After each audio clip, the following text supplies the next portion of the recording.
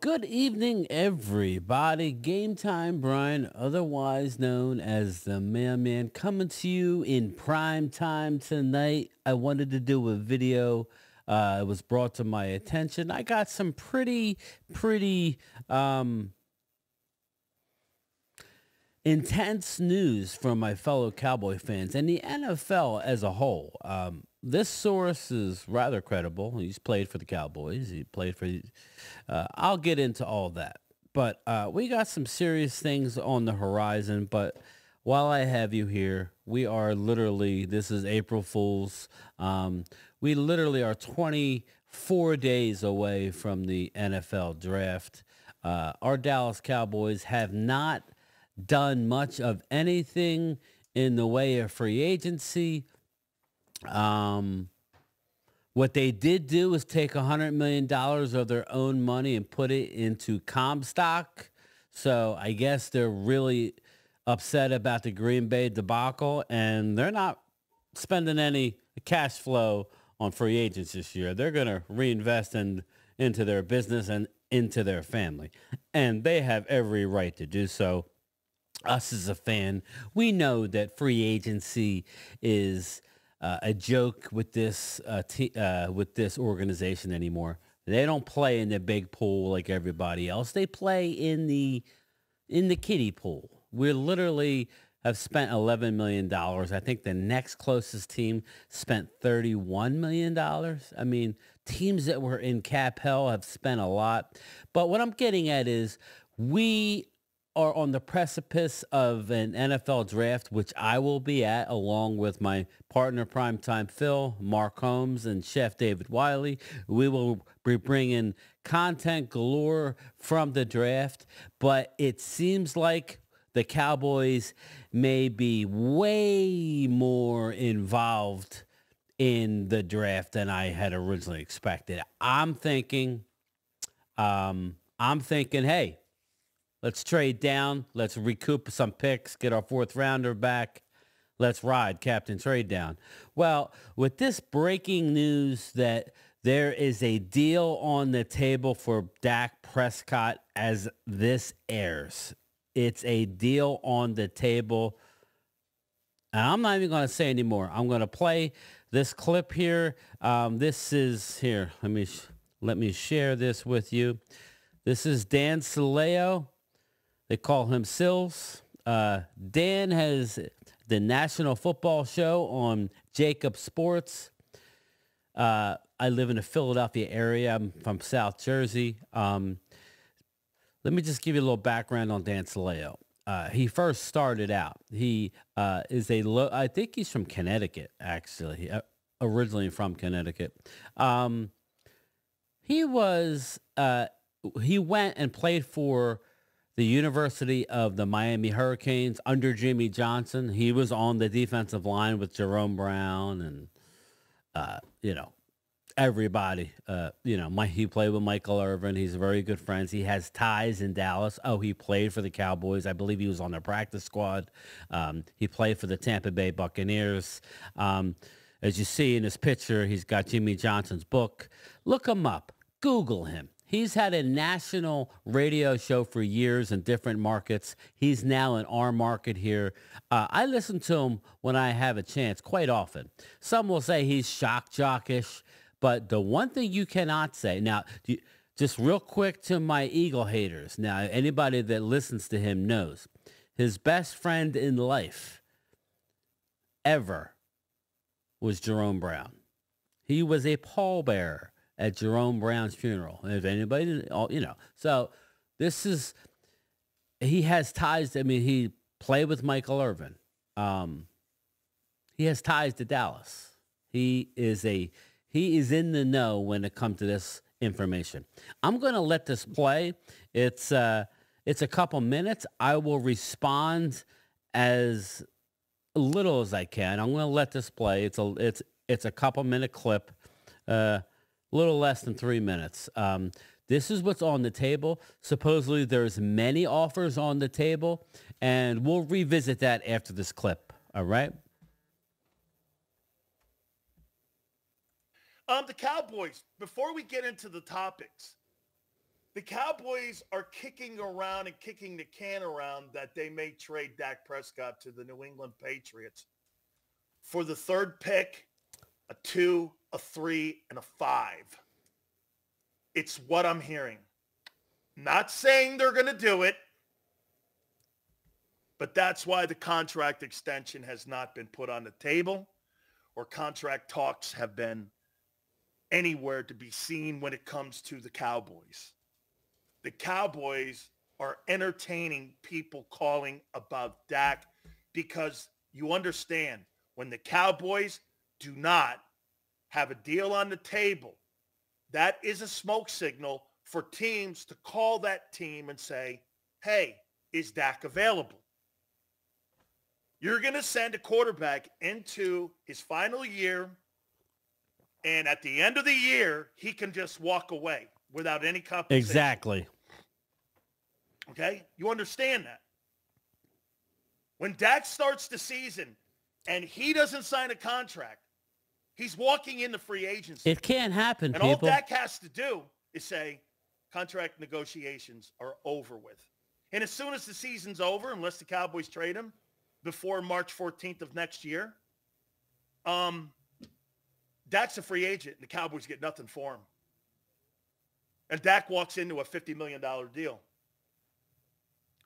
So, the Cowboys are looking, not pursuing.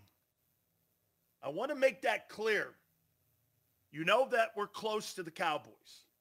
And we know people in the front office, they've been on this program. Correct. But the Dallas Cowboys are indeed fielding phone calls on the availability and they of should. Dak Prescott. I think I'm comfortable in saying that. Okay? Okay? So, Jerry may be trying to deal Dak. Get the third pick for, I'm assuming, Drake May. I don't believe that. I'm assuming that. Okay? I doubt they go into the year with Cooper Rush as their starting quarterback. So I wanted to get that out there before we end up getting into our topic. Look at the veteran experiment failed. This is the...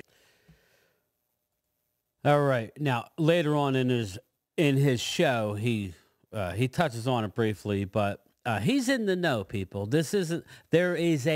They are mulling over a deal. Now, you would say, well, Dak has a no trade clause. Yes, he does. Dak can also say, I will go there. See, you have to understand, Dak holds the cards to an extent. And that extent is Dallas could just say, hey, Dak, we're not going to play you this year. We're not going to play you. We're starting Trey Lance. Which is what like for the record, this is what I want to do. If you've already said that you're not signing him long term, I don't know what you're waiting for. So,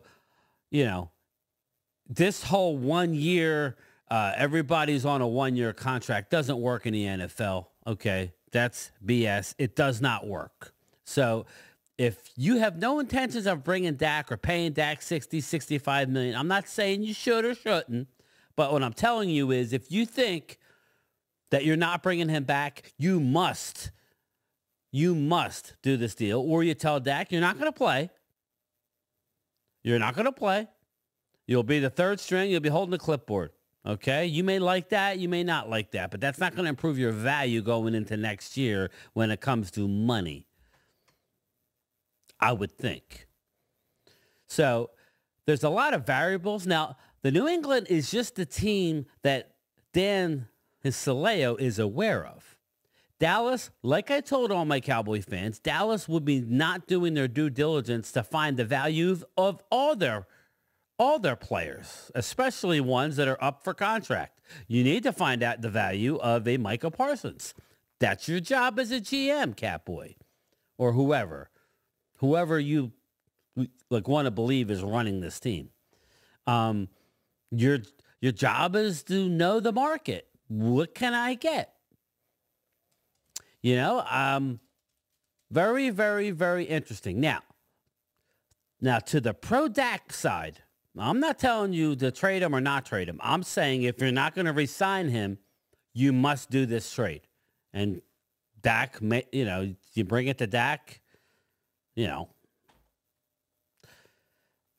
they're fielding calls. And Dan Saleo says, you don't go into this situation. That's why there hasn't been any contract negotiations going on. This is the reason, okay? This is the reason. So, and I mean, again, this isn't a Cowboy guy. This is a University of Miami guy, played under Jimmy Johnson, won a national championship at the University of Miami, played for the Cowboys briefly. The main part of his career, I think he might have played for the Raiders, but the main part of his career was with the Tampa Bay Bucks. But number 3 overall, okay? Number 3 overall, number 2, a number 3, and a number 5. I think under the circumstances, that's a pretty darn good a good haul. Now, again, what we have to sit here and think about is, one of two things. If they don't approach Dak, okay, if this deal does not get done, then that tells me they're extending him long term. Dallas cannot go into the season with him as a lame duck, okay? They can't. They can't. Now, someone said, well, Dak is a no trade. He could just say F you and not go to any team. That would be a mistake, honestly. That would be a mistake. New England is going to basically pay whatever Dak wants to play a football. He'll be the highest, paid player in the NFL, in the NFL history. Absolutely. If this deal goes down. Now, do I think it's going to go down? If I'm sitting back and just looking in from the outside in, which is what we are doing, I would think that the Cowboys, Jerry Jones is not a happy camper right now. Jerry Jones is a pissed off owner / GM, if you want to believe he's got any. I think he only usurps his authority in times like this where they're embarrassed on national television. They're a 7-point favorite in that game against Green Bay. He's pissed and he wants somebody's head. And he does not want to pay Dak Prescott $65 million a year. Dan Saleo goes on to say that he would not be paying Dak Prescott $60. I'm not here to say I'm not paying it. I've already said not knowing that that there's a deal like this to be had, that I just assume have Dak back and have Trey Lance ready to go and see what happens. Put a little pressure on him that way. Sign Dak to a long-term deal with not a no trade. Maybe make him a contract where, there's teams on a list that he could possibly be traded to, or maybe teams that he doesn't ever want to be traded to. Maybe meet him halfway. But no, this no trade was an absolute disaster. It was a disaster. That's just another example of the Cowboys getting owned in contract negotiations, and Dak and his attorneys and his agents owned Stephen Jones, a.k.a. Catboy. Not too good, my man. Not too good. But, again, I'm not telling you. Now, for the Dak, like the pro-Dak people, okay, if you're pro-Dak, if this doesn't go down, then Dallas is not going to not sign him and let him go free. That's not going to happen. And you say, well, why? There's a deal on the table now. I believe Dak will be all in for it. He wants to get paid as soon as he possibly can. He doesn't want to have to wait till now. I understand what people are saying, but just trust me, people. And this is not the only. This is just the one that has been leaked out. There's going to be multiple offers. Now, I started this video saying we're 3 weeks out. We could very well be sitting with the number 3 overall pick come draft day. Is this something that I would want? I need to know. I need to know what's going on.